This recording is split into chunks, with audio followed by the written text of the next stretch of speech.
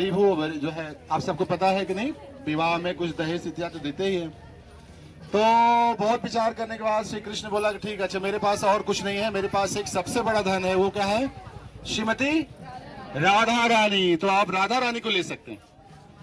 अब भगवान ने राधा रानी से पूछा भी नहीं, ना तो वृषभानु से पूछा। उन्होंने क्या किया? राधा रानी को उस ब्राह्मण को दे दिया। ब्राह्मण जब घर गया, अपनी पत्नी को बताया कि ऐसे ऐसे हुआ है, कृष्ण ने मुझे जो है आज दान स्वरूप जो है क्या किया है, वो राधा रानी को दिया है। अब वो ब्राह्मण पत्नी रोने लगी, बोले मेरे पास एक कन्या ऑलरेडी थी और एक आप और ला के रख दिए। एक का तो विवाह में कर नहीं पा रही थी, अब आपने दो कर दिया, कैसे होगा इसका विवाह, कैसे होगा ये? अब से बहुत परेशान हो गए। अब दूसरा जो राधा रानी की सखियां वो परेशान हो रही हैं, अरे श्रीमती राधा रानी का तो जो इन्होंने एक ब्राह्मण को दे दिया, हम लोग कैसे कृष्ण से मिलेंगे, ये है वो, बहुत परेशान हो रही थी।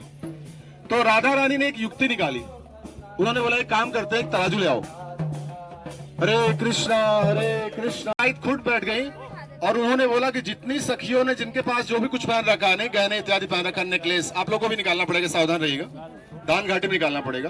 तो उन्होंने बोला कि दूसरे साइड में जितने भी आपने गहने पहन रखे सब निकाल रख दीजिए।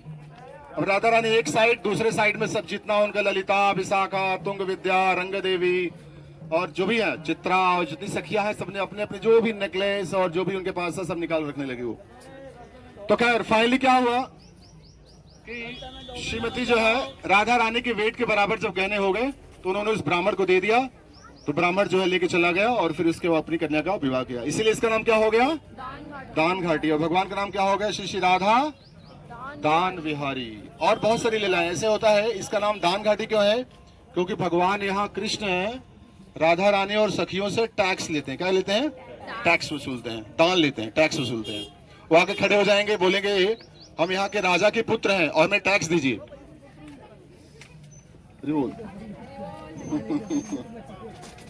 तो क्या बता रहे थे मैं?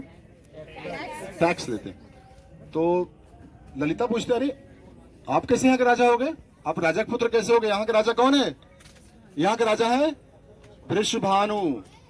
और वैसे भी राजा है, बड़े हैं। क्यों? क्योंकि नंद बाबा के पास 9 लाख गाय हैं और वृषभानु के पास कितने गाय हैं? 11 लाख। तो वैदिक सभ्यता में जिनके पास गाय ज्यादा है, भूमि ज्यादा है, उसी को धनवान मानते हैं। वैसा नहीं जिसका शेयर मार्केट में ज्यादा होगा उसको धनवान मानेंगे। वो तो पता नहीं कब अगले क्षण चला जाए, कुछ किसी को नहीं पता। नहीं, आज हम करोड़ों के मालिक हैं, अगले दिन जो है नहीं अडानी भी बड़ानी हो जाते ना।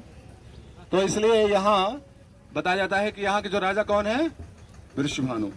और वैसे आप सबको पता है जन्म से यहाँ आने से पहले कृष्ण कहाँ थे? कई स्थान थे लेकिन गोकुल में थे वो। और राधा रानी कहाँ थी? 11 साल 8 महीने। और उसमें अलग अलग टाइम, थोड़े टाइम वो गोकुल रहे, थोड़े टाइम जो है वो छठी करा रहे, थोड़े टाइम नंदगांव रहे। तो उसको आगे बताएंगे। तो मुख्यतः अभी हम लोग जब आने वाले अभी बाएं चलेंगे